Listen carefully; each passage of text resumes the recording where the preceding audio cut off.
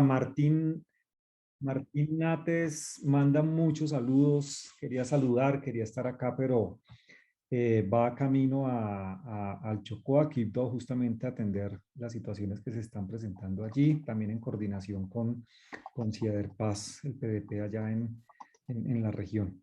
Entonces, Laura, estamos en tus manos y de nuevo muchísimas gracias pues, por tu apoyo de Justa Paz y por el equipo también que está aquí. Veo que Mónica Roa está, me alegra mucho verte y pues que hace parte de todo este equipo de trabajo en el que hemos venido avanzando en estos temas. Muchas gracias. Adelante, Laura. Vale, Fernando, muchas gracias y muy buenas tardes nuevamente para todas, para todos, aquí desde Bogotá y como también lo contaba Fernando, pues estamos ahí también atendiendo varias situaciones precisamente en el marco de los derechos humanos en Colombia, por lo cual pues Martín pide excusas, no puede estar, pero digamos que bueno, la idea de este espacio es compartirles un poco cómo hemos abordado, cómo hemos manejado y conocer un poco desde la voz de ustedes cómo se han sorteado estas situaciones de derechos humanos. Contarles y compartirles que desde el año pasado estuvimos trabajando de manera pues articulada junto con la red y Justa Paz en el desarrollo de lo que fue una estrategia piloto en temas de protección. La idea es, digamos, como montar o sentar las bases de lo que puede llegar a ser un primer fondo del cual sea beneficiario todas las organizaciones que hacen parte de la red Pro de Paz.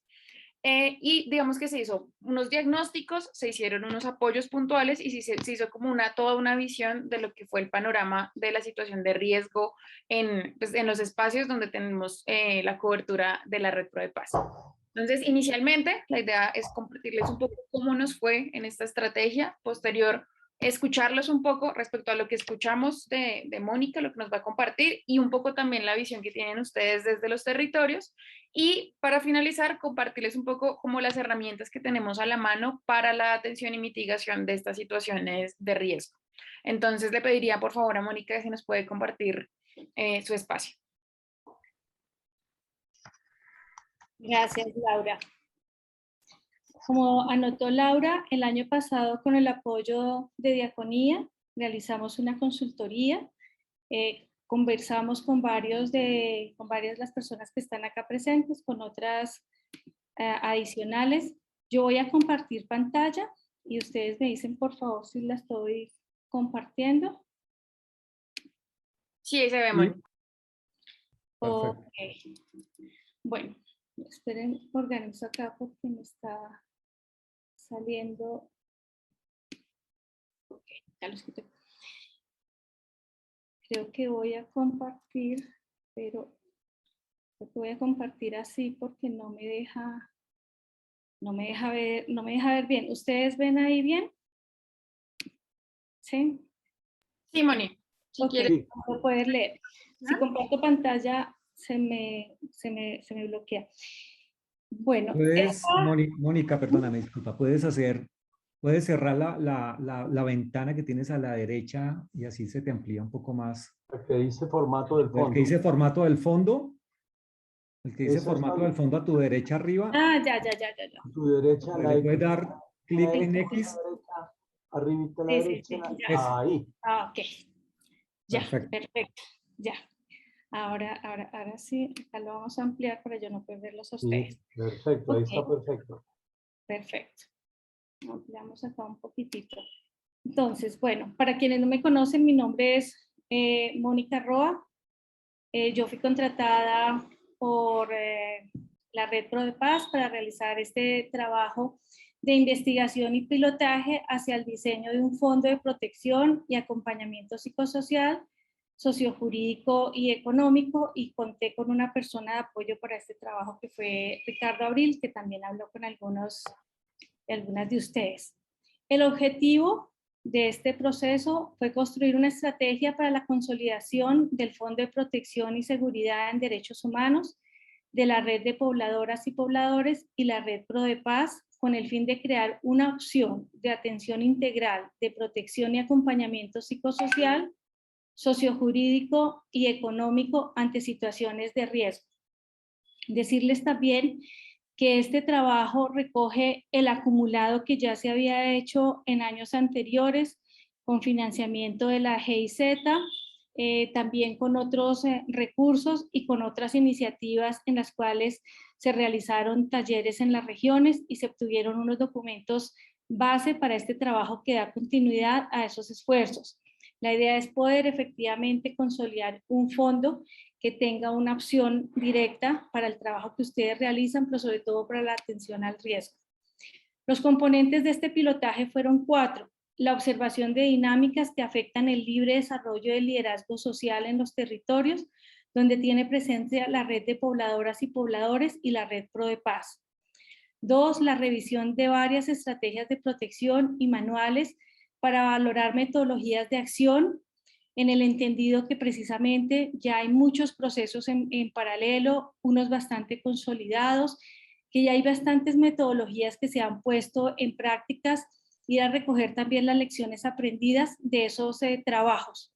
Colombia, como ustedes saben, todo el movimiento de derechos humanos, el movimiento social y popular ha sido vanguardia en la protección colectiva ante las condiciones tan difíciles de riesgo que vive nuestro país, ante condiciones de negociación bajo conflicto y un postconflicto que da continuidad también al conflicto. Las estrategias de protección colectiva parece que han sido, digamos, las más eficientes o las que han dado mejores resultados en los últimos años. La identificación de un número de casos para hacerles acompañamiento fue un tercer componente, porque al mismo tiempo que había un componente de investigación que nos iba dando cuenta de cuál es la situación en el territorio, perdón, se cayó algo acá, especialmente de cuáles eran las alertas principales, al mismo tiempo se identificaron algunos casos para ir iniciando un pilotaje. Entonces tuvimos 6 casos. Se diseñaron las bases para el funcionamiento de un fondo de protección y acompañamiento psicosocial, sociojurídico y económico. Todo este engranaje que ustedes ven acá ha tenido como finalidad el diseño del fondo de protección para la red de pobladoras, pobladores y la red Pro de Paz. Esta consultoría daba cuenta entonces de entregar varios productos y realizar algunas acciones estratégicas. Una era la elaboración de un documento de investigación sobre el contexto de riesgo, que es justamente lo que les voy a sintetizar hoy de manera muy rápida. Es un documento de 350 páginas que tiene una primera parte de documentación general y luego tiene una segunda parte destinada a cada uno de los PDPs. Tiene una identificación de elementos para la construcción de una ruta interna de atención integral para la protección y el acompañamiento. En esta identificación de elementos hemos construido ya unas herramientas que hemos puesto a prueba para la documentación del caso y el tratamiento de casos, tanto de índole individual como colectiva. Finalmente, como les decía, hicimos el acompañamiento a 6 experiencias de protección, de comunidades indígenas, de comunidades religiosas, de personas jóvenes, de comunidades también en riesgo por razones obviamente del conflicto armado, pero también por razones de la explotación minera. Este proyecto tuvo 3 fases. La fase 1 fue la identificación de los principales factores de contexto que generan riesgo y vulnerabilidad. Esto lo realizamos entre agosto y septiembre. Se realizaron entrevistas por medios virtuales. Fueron momentos en los que efectivamente la movilidad estaba restringida, pero que también el acceso a la comunicación era un poco difícil. Con algunos de ustedes hicimos entrevistas por WhatsApp, con otros inclusive por chat, a otros les enviamos las preguntas y nos dieron las respuestas, a otros los hicimos por vía Zoom. En fin, hubo diferentes maneras de poder llegar y de poder identificar cuáles eran esos factores de contexto que generaban riesgo, porque no valía la pena identificar esos factores sin las voces de ustedes. Una segunda fase fue la revisión documental del levantamiento de información sobre la matriz de factores de riesgo identificados en la primera fase, que lo hicimos entre octubre y noviembre. Decirles que el compendio de este documento tanto las variables como las categorías que se utilizaron fueron construidas sobre la base de esa primera fase, es decir, sobre la información que ustedes nos dieron en las entrevistas y en otros documentos que ustedes nos facilitaron. En la fase 3 empezamos ya la redacción del documento de investigación entre diciembre del año pasado y febrero de este año. Esta evolución hace parte justamente de ese ejercicio de construcción colectiva. Si por alguna razón no alcanzamos a llegar al 100% de todos los PDPs, si en última se dificultó alguna comunicación, el ejercicio que ustedes puedan tener este documento hace parte justamente de poder complementarlo, analizarlo, ajustarlo. En paralelo, desde octubre, iniciamos el pilotaje de acompañamiento de las 6 experiencias de protección. Lo que vamos ahora a ver es el contenido del instrumento de investigación. Estado de contextualización de riesgo en las regiones de la Red de Pobladoras y Pobladores y la Red Nacional de Programas Regionales de Desarrollo y Paz, PRODEPAZ. Las fuentes de información de este documento, como les había notado, fue la sistematización de la información primaria recogida en las entrevistas, los documentos de monitoreo y seguimiento de riesgo en las regiones a la situación de violaciones de derechos humanos e infracciones al VIH, realizadas por organizaciones regionales y nacionales durante los últimos 2 años. Alertas tempranas de inminencia emitidas durante los últimos 4 años por la Defensoría del Pueblo. Tomamos la información de las organizaciones de derechos humanos de los 2 últimos años porque es lo más actualizado. Pero encontramos alertas tempranas muy importantes que vienen de hace 4 años, por eso ahí ampliamos la temporalidad. Algo muy importante que deja este instrumento de trabajo con el que cuentan ahora ustedes es poderle hacer seguimiento justamente a esas alertas tempranas de calidad de inminencia que han sido emitidas en sus territorios y que dan cuenta efectivamente de unas altas situaciones de riesgo. El documento está organizado de 2 partes. La primera parte es una contextualización del riesgo, priorizando las variables mayoritariamente priorizadas en las entrevistas. Es decir, en la matriz de las entrevistas fuimos viendo cuál era la recurrencia y según la recurrencia se establecieron entonces las variables que luego se iban a profundizar. Porque en las entrevistas solo era esta parte inicial de poder conocer la magnitud que ustedes estaban dimensionando como variables de riesgo. Esas variables que se identificaron como las más recurrentes fueron las afectaciones al riesgo de liderazgo social, la restitución de tierras, los cultivos ilícitos y algunos municipios de mayor afectación. La segunda parte del documento es un mapeo de cada PDP con las categorías que igualmente salen de las entrevistas con las categorías de asesinatos de líderes y de lideresas sociales y otros hechos de violencia, grupos armados ilegales que generan riesgo, población afectada, economías ilegales, títulos y explotación minera, restitución de tierras, presencia de la fuerza pública, conductas vulneratorias e infracciones al derecho internacional humanitario. Contiene 4 mapas por cada PDP, un mapa sobre líderes y lideresas asesinados y asesinadas y actores armados, otro mapa de poblaciones, otro mapa de tierras, restitución y títulos mineros, y un cuarto mapa que combina todas las variables anteriores.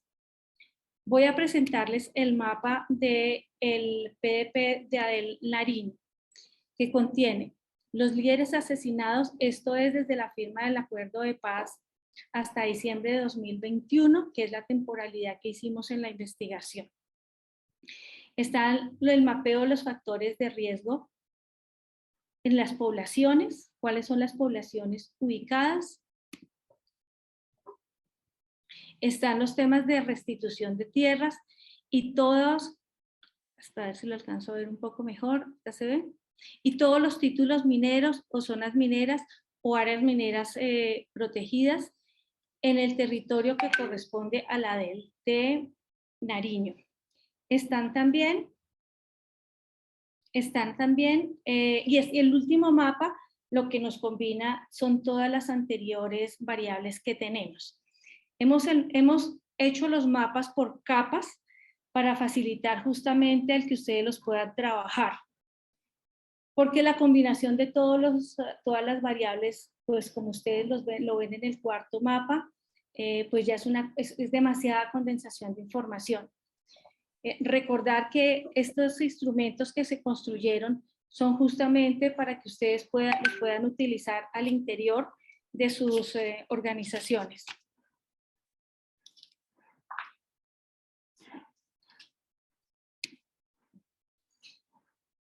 ¿Cuáles son los elementos en común que nosotros identificamos como los mayores de incremento de riesgo? Está el incremento de fenómenos de violencia en centros urbanos. Especialmente en ciudades medianas y pequeñas hay un mayor número de acciones violentas de los grupos neoparamilitares, reclutamiento de jóvenes, microtráfico y presencia de migrantes. En las ciudades con menos de 100.000 habitantes, la población es más vulnerable en razón a una mayor desigualdad social, segregación socioespacial, menores oportunidades para la población joven, violencia con connotaciones morales contra la población LGBTI+, contra trabajadoras y trabajadores sexuales, habitantes de calle y consumidores de estupefacientes. Otro factor de riesgo permanente es un nuevo orden social en los territorios que gira en torno a la proliferación de las economías ilegales, es decir, extracción de recursos naturales y presencia de servicios privados de seguridad dentro de un modus operandi donde convergen economías ilegales, conflictos territoriales y violaciones de derechos humanos. Allí se ubican las mayores cifras de violencia sexual contra mujeres, desaparición forzada, asesinato de personas que ejercen liderazgo social, también de firmantes de paz y defensores. Y por último, la violencia política en víspera de las elecciones presidenciales. Las afectaciones al liderazgo social, digamos, datos como de mayor impacto.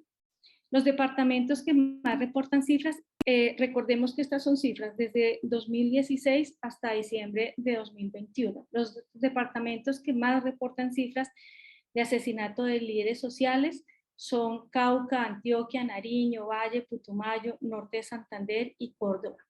A julio de 2020, como ustedes saben, Global Witness ubicó a Colombia como el país más letal para la defensa del medio ambiente, con las cifras de 64 defensores asesinados durante el año 2019. Desde la firma del Acuerdo Final de Paz en Colombia, fueron asesinados 611 líderes ambientales, entre ellos 322 indígenas, 75 afrodescendientes, 179 campesinos y 25 líderes activistas.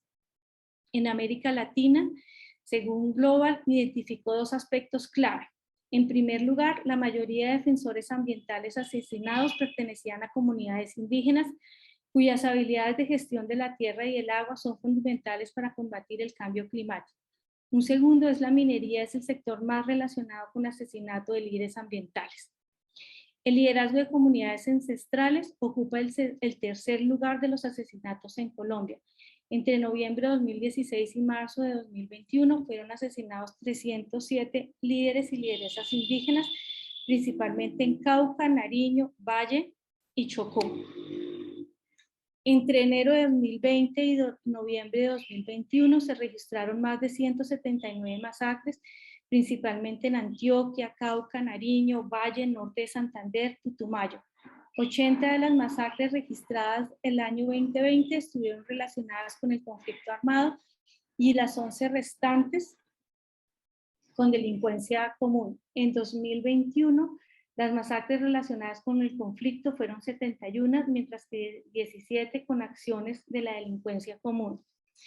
Las comunidades de por lo menos 115 municipios han sido víctimas sistemáticas de la violencia armada. Estos 115 municipios, tengamos en cuenta que hacen parte de los departamentos de la red de pobladores y de la red ProEPAS, que casi es el 70% del territorio nacional.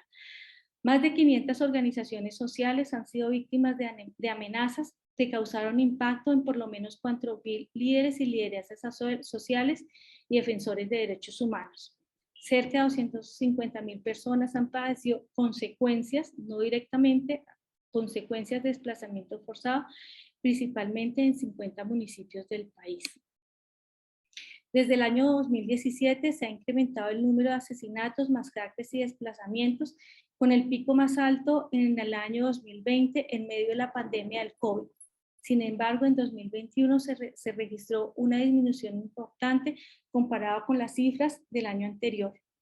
Los sectores sociales más golpeados por la violencia contra sus líderes es la población indígena, campesina comunal, las organizaciones cívicas, campesinas, comunales, afrodescendientes, sindicalistas, quienes están en los planes del PENIS, los campesinos rurales del PENIS, las víctimas, las diversidades, la población minera, los afrodescendientes y los indígenas vinculados a los programas de PENIS.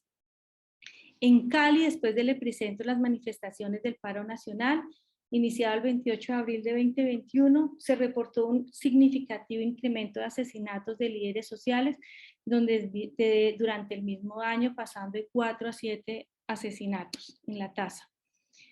Se ha identificado que a mayor poder comunitario popular, mayor es el control social del territorio y choque con intereses de poderes armados antidemocráticos. En el año 2018 se presentó una recomposición del posconflicto debido a la aparición de nuevos actores armados ilegales en imposición de uno o la imposición de unos sobre otros. La ruptura del equilibrio, de equilibrios violentos, pactos o acuerdos que se traían ha ocasionado dinámicas de disputa y choque para recomponer los poderes sobre los territorios. En medio de esta situación, la población civil es agredida para intentar someterla y así debilitar los poderes comunitarios, sociales y étnicos. Tras las movilizaciones y protestas sociales de los años 19, 20 y 21, se fortaleció el poder comunitario indígena, campesino, afro y en los centros urbanos los poderes de base de comunidades, jóvenes, mujeres, intelectuales y otros grupos. No obstante, se presentaron casos de estigmatización por parte de ciertos sectores políticos. Perdón, ¿puedo hacer una pregunta puntual? Es que después pasas y ya nos perdemos. Dime. Sí, la diapositiva anterior, la primer viñeta, me parece me parece impresionante. No, la siguiente. La de que a mayor poder comunitario hay mayor control social del territorio y choque con intereses. Sí, donde se identifican mayor visibilidad de líderes, hay también una mayor presencia de poderes armados, la visibilización de los líderes sociales, el trabajo de reclamación de tierras en especial, el trabajo vinculado a restitución, el trabajo vinculado a defensa del territorio en general, hace que se incremente la vulnerabilidad cuando uno compara las cifras y también lo mira en los mapas, cuando transpone los mapas, se identifica entonces tanto lo que las cifras demuestran, tanto los testimonios de las personas, tanto los documentos, tanto la muestra geográfica, así lo evidencia. Es más, algo que está reportando últimamente la misión de verificación, que es, digamos, dentro de protección siempre ha existido el famoso triángulo de la disuasión, que es que el componente internacional ayuda a que baje, a que se incremente la protección y a que hayan elementos de disuasión.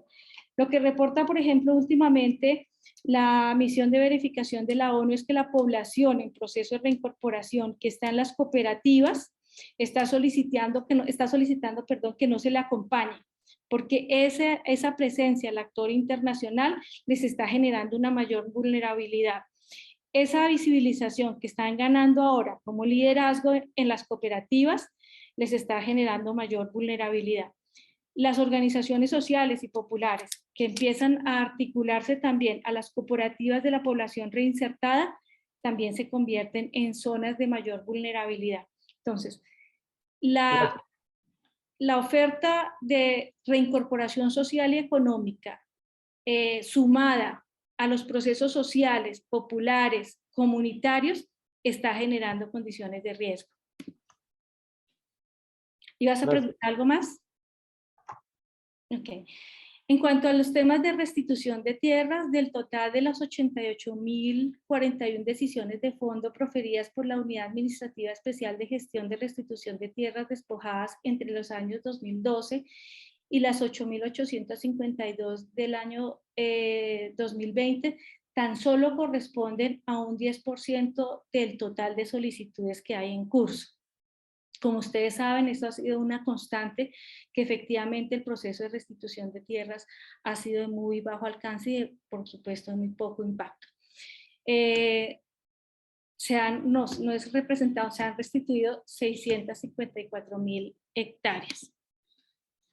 Los departamentos con mayor número de solicitudes ante el registro de tierras durante la vigencia de la ley 1448 han sido Antioquia, Meta, Tolima, Cesar, Bolívar, Nariño, Magdalena, Putumayo y Cauca y norte de Santander. Y si uno mira cuáles son los departamentos con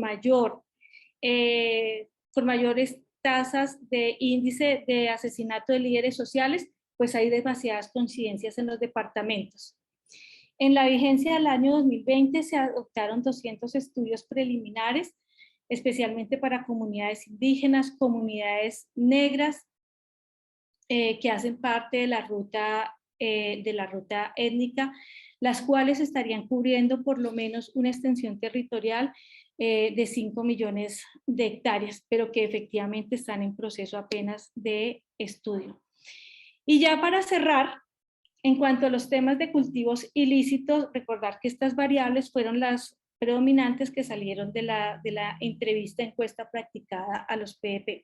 Desde el año 2016 se ha consolidado una tendencia a la concentración de los cultivos ilegales, particularmente las fronteras y territorios geoestratégicos que son aprovechados por los grupos armados ilegales para el tráfico de drogas. En el área neta de cultivos de coca a nivel nacional se redujo en 154.000 hectáreas, con un descenso del 7%. Pues aquí básicamente pues ubicamos las informaciones oficiales y también obviamente hay una tendencia en los últimos años a presentar un incremento en la reducción de hectáreas. Sin embargo, no tenemos, digamos, otro instrumento para triangular esta información de manera fuerte. La tendencia a la disminución que inició en el año 2017 está relacionada con la reducción sostenida durante los años 17 y 20, principalmente en los departamentos de Nariño, Putumayo, Caquetá, y en Meta, Bichada y Guainía. En la región central, los cultivos ilegales aumentaron un 4%, especialmente en Antioquia, Córdoba y Bolívar. El 62% del territorio nacional que presentó tendencia a la reducción de cultivos ilícitos no se registró ningún tipo de intervención, lo que indica que los motivos están relacionados a múltiples factores que directamente inciden sobre la disminución. Como les decía, las variables que digamos, la triangulación de información que tenemos ahí no es muy amplia, depende básicamente de la información pues, oficial. Para no cansarlos tanto en cifras, simplemente decirles que el acuerdo final de paz incluía otorgar un incentivo para alejar a los agricultores del cultivo de hoja de coca. Sin embargo, como el problema de sustitución de cultivos no fue implementado como se requería, muchos campesinos no recibieron sus pagos y pusieron en riesgo el sustento de por lo menos unas 100.000 familias. Adicionalmente, pues la fuerza pública no ha logrado consolidar la presencia estatal en muchas regiones, o si la consolida, digamos, eso no significa, no se traduce en seguridad, porque la estrategia militar no está guiada por una política de seguridad enfocada en las personas y la implementación integral del acuerdo final de paz y los pactos con la comunidad. Les dejo yo hasta ahí la presentación, por si tienen preguntas. El documento envía una versión preliminar, pero me hacen falta los mapas de 2 PPs, por eso no se los entrego 100% todavía. Me hace falta el de Valle en Paz.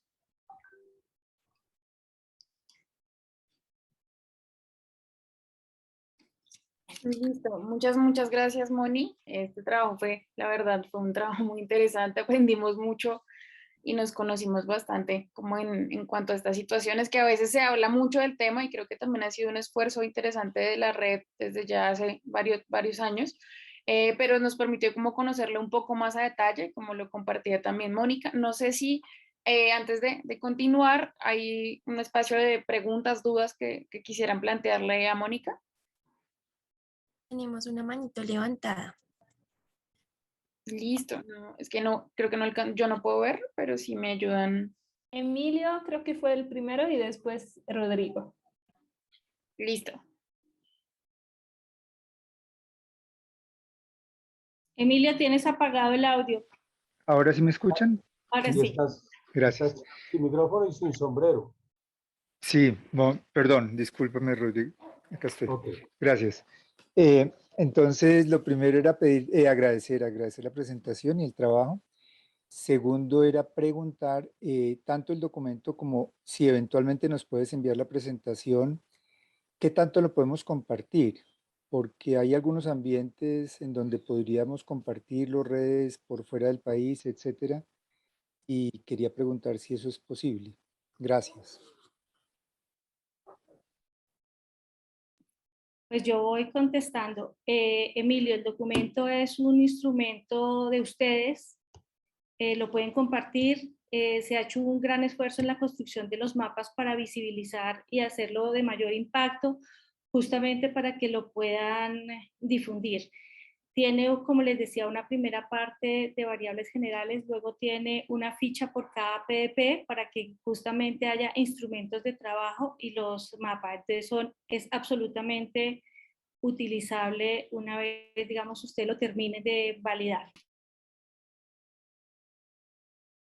Rodrigo y creo que luego Luis Guillermo. 3 comentarios rápidos. Uno, muy bueno, excelente trabajo. Me parece clave, Fernando, que sobre este documento, una vez lo tengamos y lo conozcamos todos, no sé si lo tiene, pero creo que de todas maneras valdría la pena sacar inferencias, hacer análisis que pueden ser muy útiles para los programas y para las organizaciones, para las entidades de apoyo, porque digamos que eso es lo más importante. En el marco de la red, este tipo de estudios, lo que nos debería llevar es a, bueno, según eso, entonces ojo con esto, se puede pensar en esto, ¿no? Pongo tres ejemplos de lo que alcancé a captar ahí rápidamente. En primer lugar, el tema del incremento de los casos de violencia o de homicidios. Esa sí es una nota para Mónica y Paula, que esos datos vale la pena ponerlos, validarlos según población, porque el Cauca tiene el triple de homicidios que Antioquia y todos los demás, cada uno. Y el Cauca tiene casi que una quinta parte de la población que tiene Antioquia. ¿Sí? O sea, eso es una cosa descomunal. Hay una concentración de los homicidios en el Cauca y eso pues nos debería llamar la atención. Obviamente pues unos más o menos sabemos cosas, pero pues, son elementos de análisis que son muy importantes. Segundo, la pregunta que hice, yo creería, se los pongo como, no para abrir el debate ahora, pero sí como inquietud. Ustedes ponen que a mayor poder comunitario y social, mayor acción de los actores armados. Eso a principio, así como está formulado, suena raro, suena contradictorio. Yo creo que de pronto esa mayor visibilidad de los líderes, ¿sí?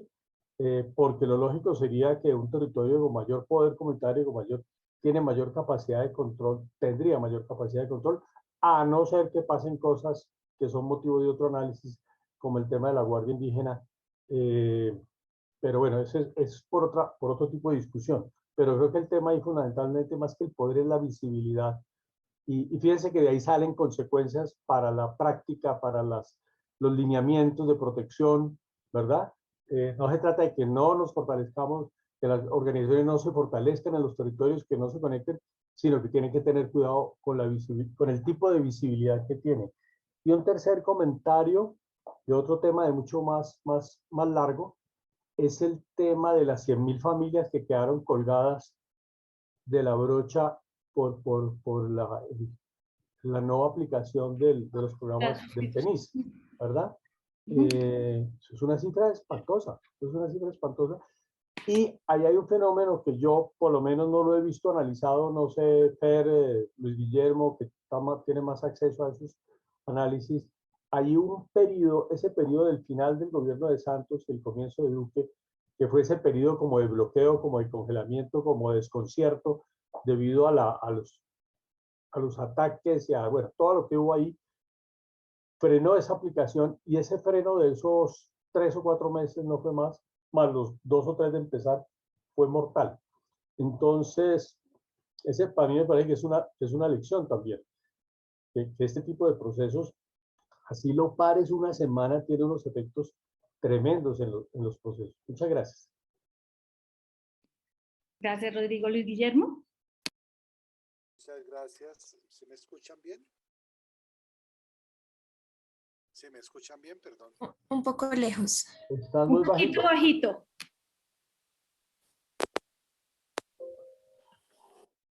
¿Mejor ahí? Bien.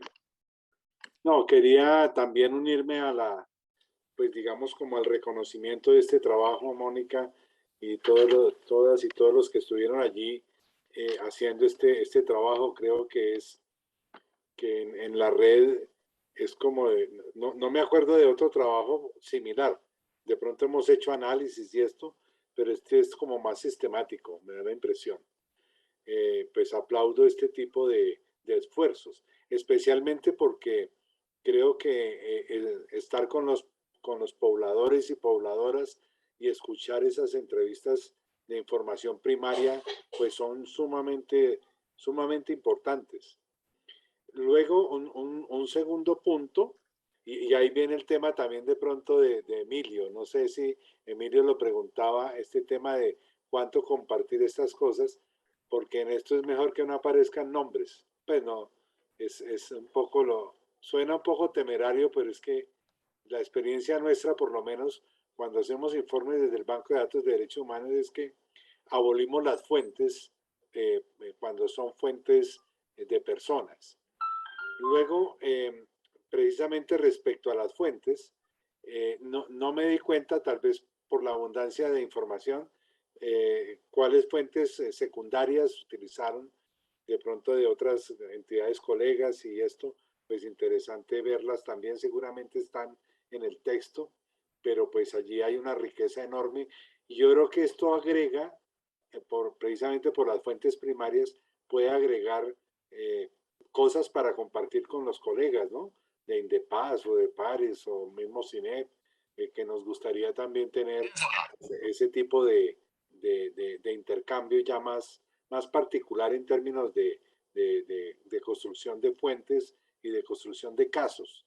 Porque como nosotros decimos en CINEP, cuando sacamos Noche y Niebla, decimos esto es lo mínimo que ha pasado, esto es lo que, porque no se trata de una contabilidad, sino más bien de hacer memoria histórica de semejantes violaciones tan terribles y funestas. Y esto también me lleva a pensar en un tercer punto, y es la valoración de estrategias de protección, tanto individuales como colectivas. ¿En qué términos lo digo? En el términos de intercambios de esas estrategias, intercambios entre nosotros, y bueno, y con otros también, pero por lo menos en el marco de la red, importante hacer un trabajo de intercambio de esas estrategias, porque pueden haber estrategias, ciertamente desde el Estado lo hay una unidad de protección y todo esto, pero muchas veces sabemos que este tipo de estrategias no hacen estos trabajos, a veces. Hacen unas estrategias un poco, no todas las veces, para no ser negativista, pero en muchas ocasiones uno ve unas estrategias, por ejemplo, a líderes, lideresas en el Chocó, que les dan un teléfono y un carro viejo y unos señores asustados que pobrecitos pues tienen que ayudar a proteger al posible líder o lideresa víctima. Entonces, creo que compartir las estrategias, cómo funcionan las del Estado, cómo funcionan las propias de la sociedad civil, importante, porque eso nos da luces a todos y todas en este trabajo que nos invita Mónica a que sigamos haciendo. Es un instrumento, dice ella, para que nosotros pues desde allí podamos hacer un trabajo más, pues, más continuo y que haga mucho bien. Muchas gracias, muy amables por escucharme. Gracias, Luis Guillermo. Levantó la mano Carlos. Carlos Mendieta. Buenas tardes, Mónica y Fernando y colegas de la red. Muy enriquecedor el estudio, déjeme decirle, Mónica, muy juicioso, la felicito.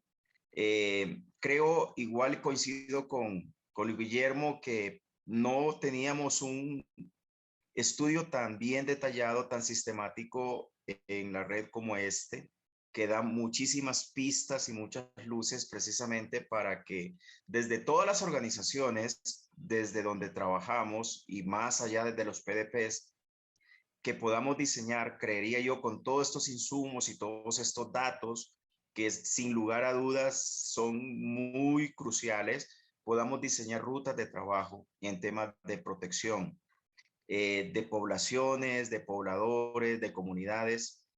Nosotros desde el ámbito de los sistemas internacionales de protección, pero también desde el Sistema Nacional de Protección, que puedan generarse las alertas, información valiosísima, mucho que comprender y entender de este estudio, y creería yo que no sé qué consideraciones tendrá Fernando desde la Coordinación Nacional para poder socializar luego estos hallazgos, este informe, las metodologías, para poder también empezar a construir rutas desde la red ProDePaz.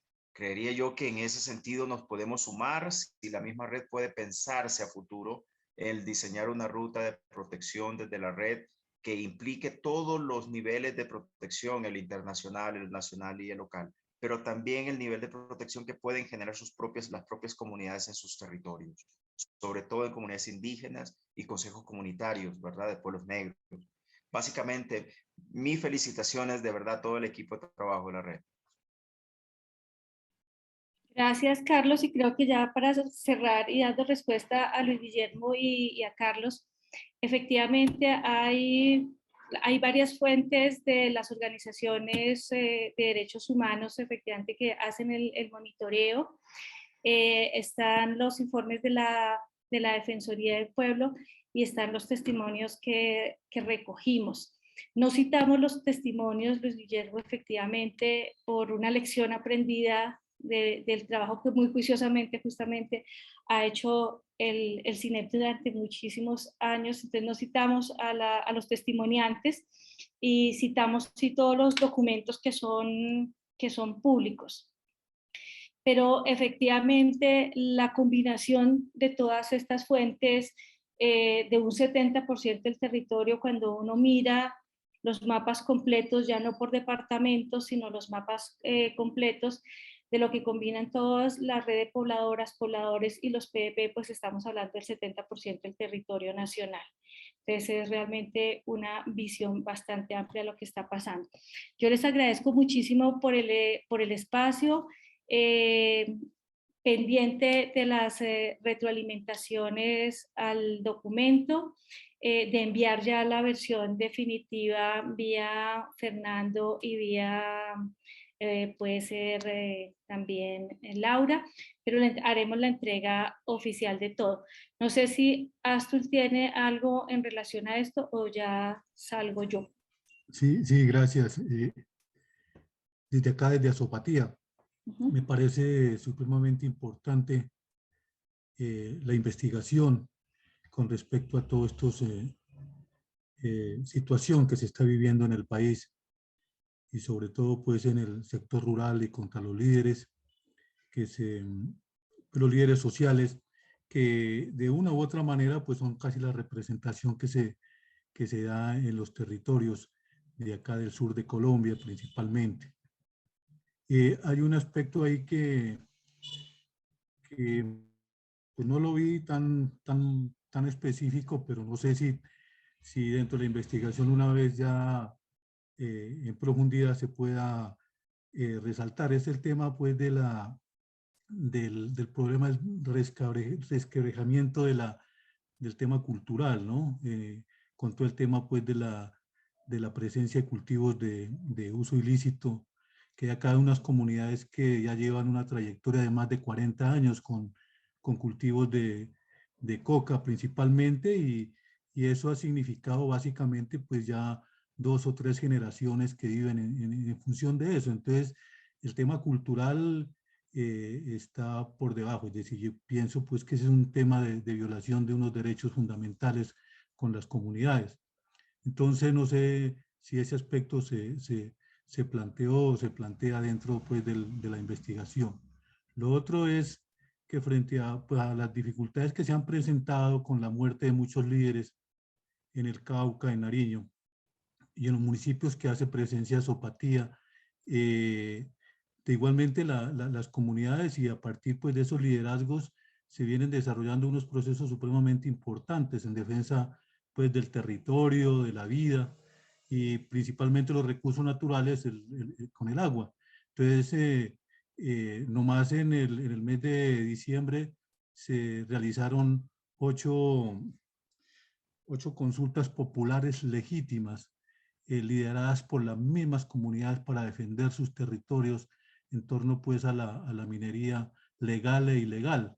Ya lo habían hecho en el 2019 2 municipios mercaderes en el Cauca y San Lorenzo en Nariño, y que son pues digamos unos resultados y son unas alternativas que las mismas liderazgos y las mismas comunidades toman como estrategias pues de defensa.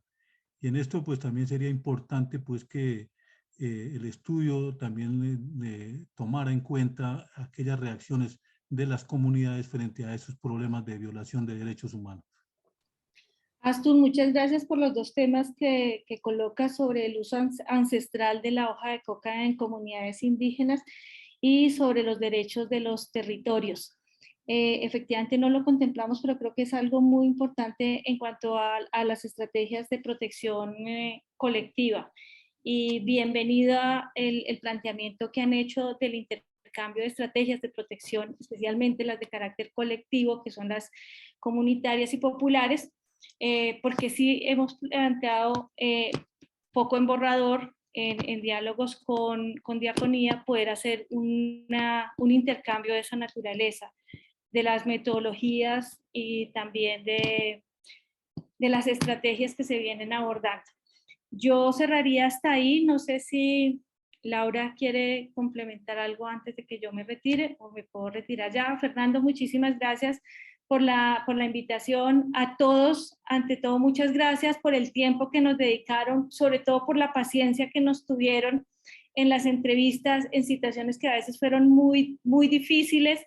Discúlpenos por nuestra insistencia y muchas gracias definitivamente por el tiempo y por los innumerables aportes que nos hicieron y por los que pueden seguir haciendo a estos instrumentos de trabajo.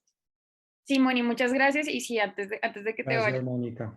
Compartirles y también consultarle a Moni, digamos que la idea fue también hacer el tema del diagnóstico, pero también sentar las bases de lo que puede llegar a ser una mejor forma de acompañamiento, o lo que pues esperamos consolidar con apoyo de la cooperación internacional y de otros gestores, es el tema de la posibilidad futura de tener un fondo propio de protección con unas, digamos, con características, digamos, como aprovechando toda la riqueza que tiene la red, un poco lo que decía Luis Guillermo, de esos intercambios, y un poco también de aprovechar la infraestructura que tenemos, digamos, en cuanto a estrategias de protección colectiva. Planteábamos y lo conversábamos en algún punto en cuanto, por ejemplo, intercambios entre PDPs, cuando tienen un líder amenazado, poderlo ubicar en otro espacio, que digamos que aprovechar todo, digamos que todas las organizaciones que hacemos parte de, sobre todo, por ejemplo, porque muchas veces nuestros líderes y lideresas se ven enfrentados a salir del territorio y a enfrentarse a territorios que son muy ajenos a ellos.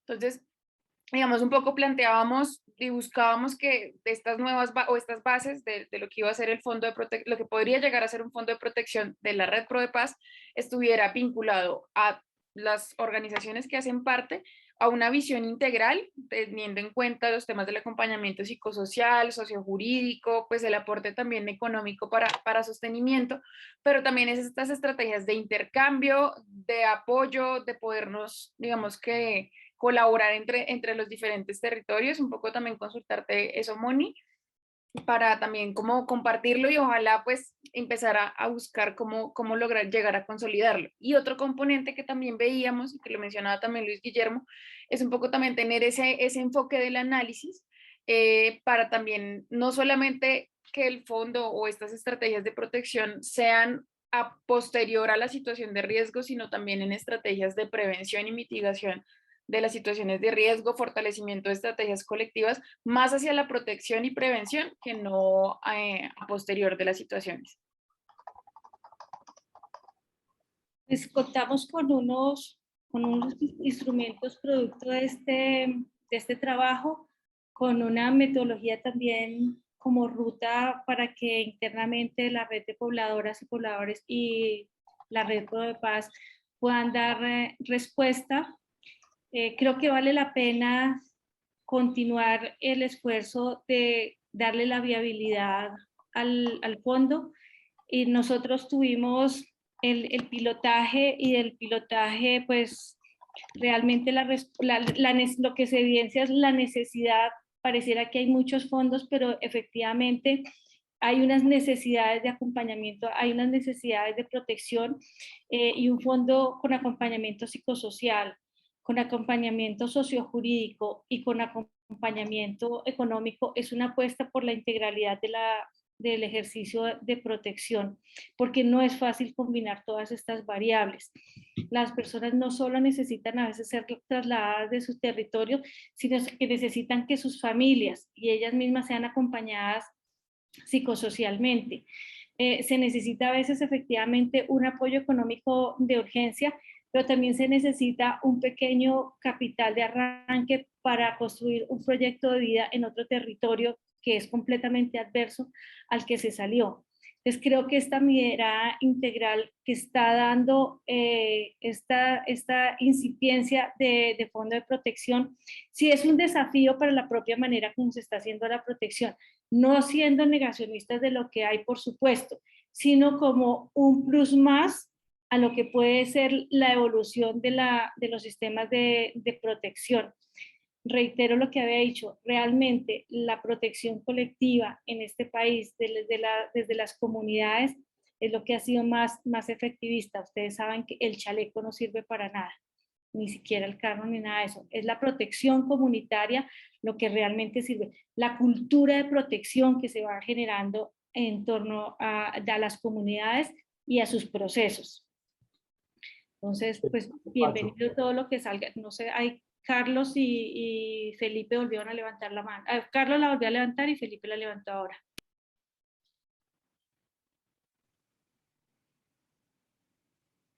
Muchas gracias. Solamente es una intervención muy breve. Ahora que hablaba Laura sobre la generación de un fondo propio para temas de protección, nosotros desde IRESOD inclusive hemos impulsado y estamos construyendo un documento para identificación de factores de riesgo, sobre todo por las víctimas con las que estamos trabajando en la representación ante la jurisdicción especial en el caso 01.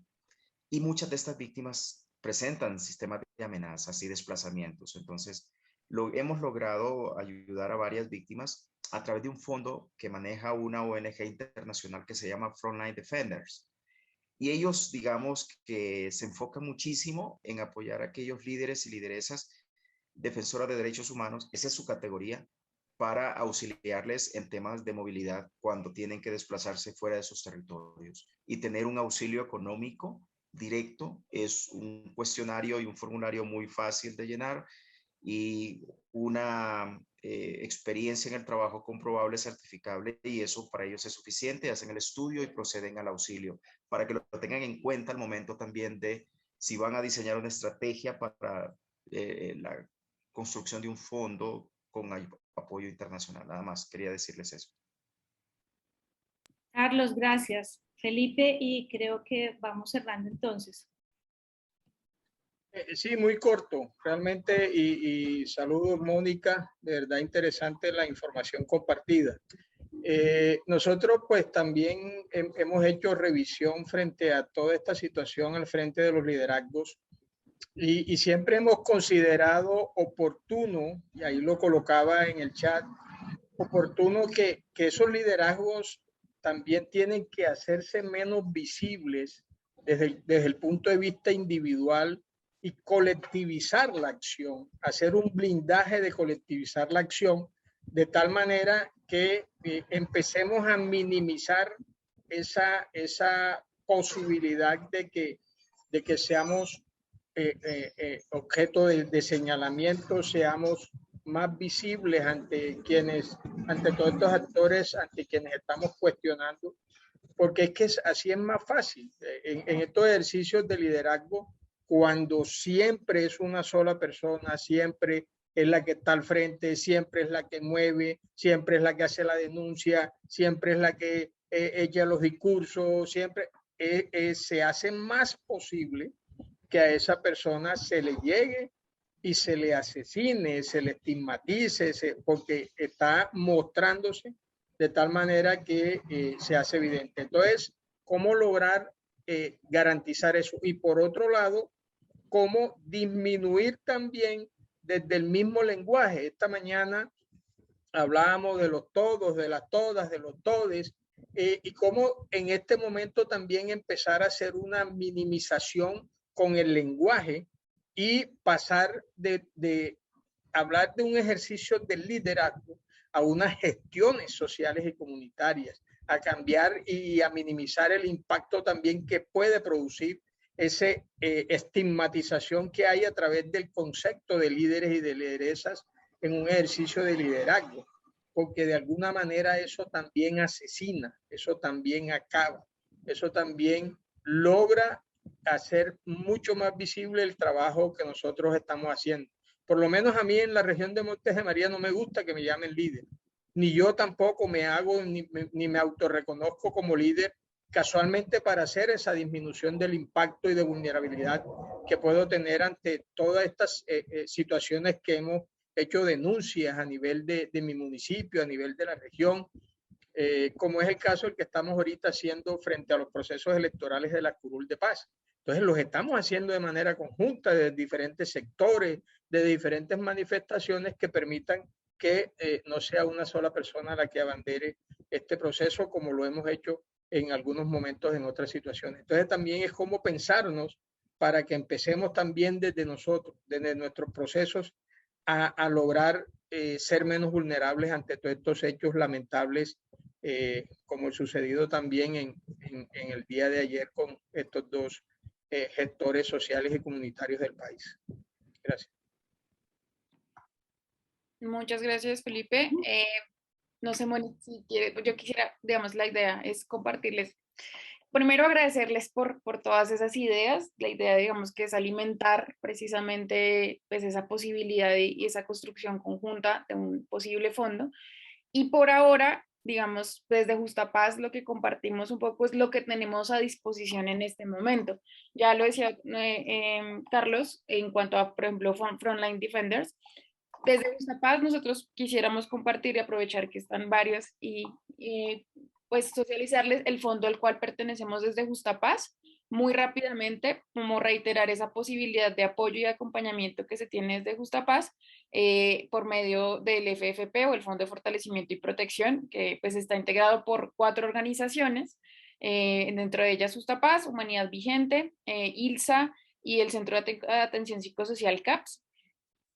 Pues para, digamos, en estos fondos de protección básicamente siempre se busca ser rápidos. Ahora mismo, y es una de las cosas que también quedaría para ese nuevo fondo, un poco a veces los temas administrativos y la gestión de recursos a veces impone, por ejemplo, cuando hay comunidades que no están bancarizadas o líderes que no tienen acceso como a todo este tema. Ese ha sido uno de los como limitantes, pero bueno, tenemos a disposición ese fondo, se denomina como Fondo de Ayudas de Emergencia y Fortalecimiento Organizacional en Protección y Autoprotección. Como les decía, está integrado por esas 4 organizaciones. Y de momento tenemos 4 perfiles de admisión, pues digamos que en el marco de defensoras y defensores de derechos humanos, testigos de excepción o denunciantes de situaciones de casos, organizaciones comunitarias y sociales y pues a este momento población excombatiente. Pues para acceder, y pues esa es como la invitación a los integrantes, las y los integrantes de la red, para acceder es, pues digamos que se busca es el contacto con una de estas 4 organizaciones, pues nosotros al ser entidad aliada de la red, pues somos como el puente para que ustedes puedan acceder a este fondo. La idea es que pues generar el puente de contacto para la gestión ante el fondo lo hago directamente yo. Digamos que nosotros hacemos el planteamiento del aval de esa solicitud del caso y se les comparte como un formato muy sencillo donde pues se comenta como un poco a qué organización pertenece la persona o a qué organización va a ser beneficiaria de la solicitud de ayuda. Y pues como una situación de contexto, hay unos montos, hay unos topes y pues sobre todo también unos tipos de ayuda. Entonces, básicamente, este fondo tiene como tipos de ayuda el tema, el apoyo para traslado de territorio, para la subsistencia tanto individual como en núcleos familiares, núcleos de 4 o de más de 4 personas. También, como lo decía Mónica, la importancia de tener estos apoyos para cuando, pues como que reiniciamos nuestra vida. Entonces está el tema de los capitales semilla. Está también la estrategia de apoyo para capacitación, que esa ya es más directa, simplemente es como decir, bueno, señores fondo, requerimos un apoyo en tal tema y si se puede apoyar. También en acciones de incidencia, atención psicosocial, el apoyo jurídico, insumos para la protección y apoyo para la salida del país. Entonces, pues básicamente compartirles o la invitación es a pues que hagamos el puente de contacto para el reporte de los casos cuando sea necesario.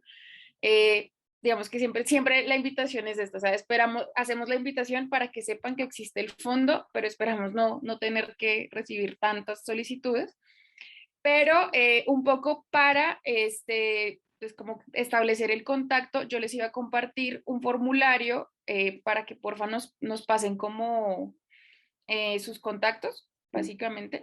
Ya en un momento se los copio en el chat. La idea es que, digamos, con ese formulario puedan tener, pues, digamos, vamos a ver también el tema de lo que decía Mónica, de compartirles el material que se produjo a partir del trabajo articulado el año pasado, pero también compartirles como ese folletico que se plantea del Fondo de Protección para que lo tengan presente en cada una de las organizaciones con las que ustedes trabajan y también les comparto pues mi contacto telefónico pues para hacer el puente ante cualquier tipo de solicitud de ayuda.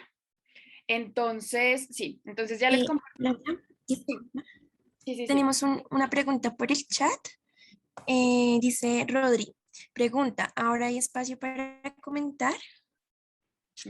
Sí, pues nos quedan según la agenda 6 minutos, entonces iba a terminar como de compartirles el contacto y sí, bienvenidas todos los comentarios para fortalecer estos espacios. No, mi punto es si ahora, aparte de las observaciones que hemos hecho muy sobre la marcha, Fernando, ¿está pensado como un espacio más de comentar o ya terminamos? Pues podemos abrir el espacio para comentar, Rodri, que creo que vale la pena, pero ya estamos terminando, digamos, con la ok. agenda del taller. No, entonces una observación general. Yo creo que, insisto, lo que han dicho varios, es un trabajo muy importante, un trabajo muy bien jalado y amerita un ejercicio explícito dentro de la red para sacarle jugo,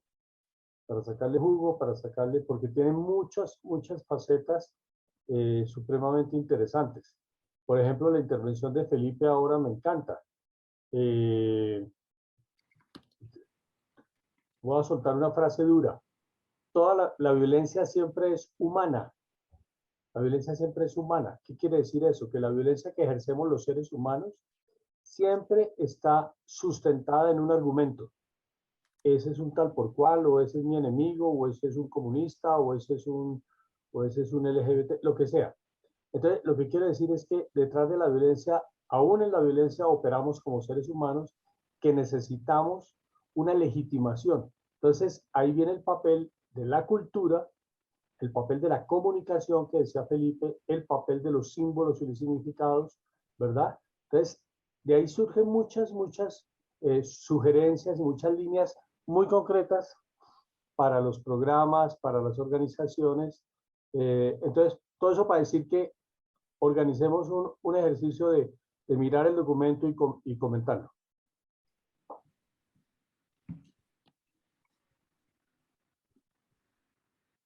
Sí, de acuerdo. Me parece también importante un poco también para como empezar a socializar y analizar este documento pues con todas las riquezas que tienen cada uno de ustedes. Yo ahí insisto un poco dándole respuesta a Carlos, ahí les compartí un formulario de Google donde para que me compartan sus datos de contacto y les dejé también mi teléfono por si cualquier situación. Muchas gracias a todas y todos. Muchas gracias a todas, Fernando. Ya entonces me retiro, Laura, a todas una feliz reunión y que sea, como siempre, muy productiva para ustedes y para las comunidades. Vale, Mónica, muchísimas gracias a ti pues por la presentación. Y Laura, bueno, no, yo simplemente quería pues como recoger el ejercicio. Esto es algo que la red ha venido trabajando ya durante varios años, estos temas de protección y autoprotección. Lo que hemos hecho en estos 2 últimos años, una vez dejado los aportes que hizo Forpaz, que trabajó sobre estos temas y se trabajó con varios de los PDPs, es no dejar que se pierda esa trayectoria, sino darle pues forma y recoger esos aprendizajes aquí en el marco de la red. Para eso nos hemos unido mucho con Justa Paz, para eso se hizo todo este ejercicio con Diaconía que estaba contando ahora Mónica, con la intención de ir fortaleciendo pues una estrategia mucho más pues integral y más programática, digamos, dentro de la red. Estamos en ese proceso. Esta investigación que hizo Mónica, que fue muy juiciosa y además yo me sorprendí muy positivamente cuando ella nos la presentó en una primera instancia, que justamente lo que iba a tratar de hacer era pues indagar sobre esos factores de riesgo, esas situaciones que estaban presentando en los territorios, que nos diera pie o nos diera base para el análisis y la propuesta que se estaba construyendo o que se está construyendo, porque eso sigue todavía en camino. Y de ahí surgen pues varias ideas. Tenemos todas estas herramientas, estos instrumentos para la construcción de las rutas de protección, autoprotección en territorios. Hemos realizado varias rutas en varias regiones. Estamos justamente entregando ahora a final de febrero una consultoría muy importante que se hizo con el Sistema Integral de Verdad, Justicia y Reparación, una asesoría para la Comisión de la Verdad, para la Unidad de Búsqueda y para la JEP, justamente en estos temas, para brindar protección a líderes y lideresas sociales con organizaciones con las que el sistema estaba trabajando en territorio. O sea, que hay unos avances importantes en lo que quiero decir, y de ahí también surge esta idea y esta propuesta de proponer y consolidar un fondo en el marco de la red ProDePaz. Porque este fondo y el fondo resulta ser diferencial frente a otros fondos, como nos los estaba describiendo ahora Laura, y también fueron conversaciones con Diaconía misma, y es poder presentar una propuesta de acompañamiento a líderes, hombres y mujeres en riesgo de una perspectiva mucho más integral. Y eso tiene muchísimo valor, digamos, en este momento y en este contexto. No solamente para el momento que haya que, digamos, acompañar a los líderes en la salida de sus territorios cuando esos casos llegan extremos y no hay otra situación, sino que lo mejor que se puede hacer en ese momento es y no dejarlos solos. De ahí esta experiencia que tuvimos, porque durante el ejercicio y el pilotaje, digamos, que se realizó, tuvimos la oportunidad de hacer acompañamiento a 3 o 4 casos, Laura, no recuerdo si fueron 3 o 4 casos de acompañamiento. Uno de esos fue una experiencia bien interesante en el marco de red, que fue lo que Laura nos estaba contando, de una mujer líder que tuvimos que sacar de una de las regiones de Urabá, creo que fue, que vino a Boyapaz y que fue acogida por Boyapaz. Eso fue una cosa muy bonita, digamos, en el marco de red. Una mujer que viene que viene en el marco de red, digamos, del PDP allá acompañada y en ese seguimiento, no se saca y se pone en un contexto pues totalmente ajeno, adverso, fuera de contexto, sino que llega acogida por un programa de desarrollo y paz que le hace un acompañamiento, que está con ella, que no pierde ella su continuidad, digamos, de trabajo y de aprendizaje, porque conecta con temas también de trabajo social y político en el territorio. O sea, aquí hay todo un potencial gigante que tenemos como red pues, para hacer este ejercicio de protección y autoprotección. Entonces, estamos en eso.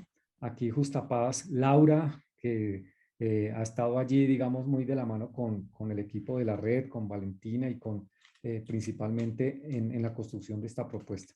Entonces, pues genial haberla visto hoy, haberla presentado hoy y pues llamar, digamos, aquí esto está abierto porque lo que queremos es pues efectivamente promover el trabajo colaborativo en red. Entonces, todas las entidades de apoyo, los PDPs que quieran estar vinculados a la construcción o seguir consolidando esta propuesta, pues obviamente están bienvenidas, bienvenidos a este llamado. Entonces, estamos en ese ejercicio. Estamos en ese ejercicio de red en la consolidación de esta estrategia, de este programa de protección y autoprotección, donde hay unos aprendizajes, unos avances gigantes. Cuando Mónica me contó y me mostró, digamos, estos primeros avances, que fue como una especie de un conocimiento que pudiéramos tener para formular la propuesta, pero aquí en los hallazgos, digamos, de la investigación que ella hizo, hay cosas muy valiosas que yo dije, no, oye, tenemos es que publicar eso, o sea, tenemos que ver cómo lo diseñamos y lo publicamos. Entonces estamos en este punto. Como Mónica decía, pues ya está preparando el documento final pues para hacerlo entrega a la red y de allí ya iremos a ver cómo podemos pues socializarlo y mostrarlo y contar lo que hay allí al interior y que podamos aprovechar efectivamente eso. Bueno, quería decir eso porque fueron como muchas cosas que se me fueron acumulando a lo largo de esta conversación, pero pues bueno, aquí hay unas cosas muy valiosas, muy pertinentes al contexto actual y que podemos seguir avanzando y consolidando. Y agradecerte de nuevo, Laura, a ti, pues a Martín, a Justapaz por el apoyo que nos dieron en esta jornada de esta tarde. Animarlos, porque venimos enseguida al último taller de hoy sobre los temas de medio ambiente y desarrollo, también un tema de la agenda. La Universidad Autónoma de Manizales está allí con toda la batería puesta que ha preparado el taller que viene enseguida. Creo que Claudia está aquí conectada, entonces pues ya a las 4 de la tarde es la idea arrancar el taller con Claudia y entonces pues animarlos a que se conecten también al último taller del día de hoy en este marco, digamos, de asamblea que estamos realizando. También invitarlos a que se sigan inscribiendo en la plataforma del armadillo de la red, porque allí van a quedar colgados todos los documentos, todos estos videos que se están grabando, toda la información de asamblea va a estar allá. Entonces, a través de la plataforma pueden acceder, entrar en cualquier momento y tener acceso a todos estos documentos y a todas estas grabaciones de estos talleres, estas conversaciones. Entonces, pues nada, si no hay otra anotación que hacer en este último Fernando, minuto, Nelson está levantando la mano ya desde un tiempo. Nelson, bienvenido desde Ciederpaz. Sí, a todos, compañeros. La verdad es que un placer, sí, esta asamblea es muy enriquecedora. La verdad que lo que se charló, muy importante, aquí aprendiendo cada día más. Y en el tema de los apoyos, yo le comentaba que acá estamos viviendo una situación acá en el sur del Chocó, de San Juan, donde hay varios municipios y comunidades que realmente están viviendo una crítica situación. Hoy visitaba yo el albergue donde hay unas comunidades de Cipí, de Ismina, del medio San Juan, desplazadas por el combate que ha seguido la guerrilla del ELN y las autodefensas. Las comunidades están unas hacinadas que no pueden unas que no pueden salir de allí y hay otras que les tocó desplazarse a la cabecera municipal de Cipí, otra a la cabecera municipal de Inmina, y las que están acá en Inmina, nosotros hicimos una visita en la mañana de hoy y realmente pues no ha llegado el Estado y como dejaron todo, los niños no tienen ni siquiera un bolígrafo para escuchar sus clases, ya hablamos con los docentes que van ahí en el albergue se va a adecuar un lugar para que puedan los niños trabajar y la parte académica no quedarse tan atrasados y motivarlos porque están asustados todavía. Y no sé, de aquí en estos apoyos que les puedan dar, si hacer el trámite que nos corresponda desde Ciberpaz para que podamos ayudar a esa gente a mitigar el hambre y el miedo que ha resultado de estos combates que hay acá en esta zona, que iniciaron en noviembre y ya se han venido subiendo y se han ido expandiendo por todo el territorio de San Juan.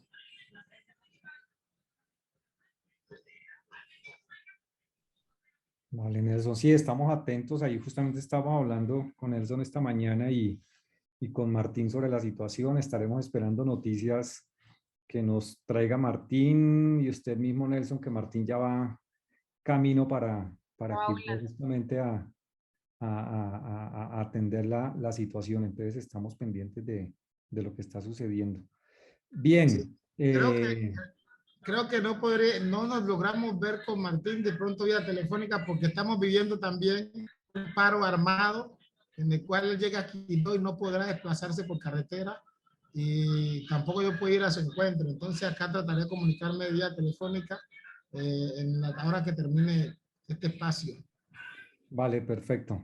Bueno, pues no siendo más y para dar un espacio de aquí a las 4, que descansen, que estiren las piernas, tomen un cafecito y nos vemos a las 4 entonces en el taller que sigue sobre estos temas de ambiente y medio ambiente y desarrollo. Muy bien, muchísimas gracias, Laura, muchísimas gracias a ti, al equipo por todo el apoyo y pues gracias a quienes estuvieron aquí participando. Nos vemos ahora en un rato a las 4. Muchas gracias a todas y todos. Cuídense.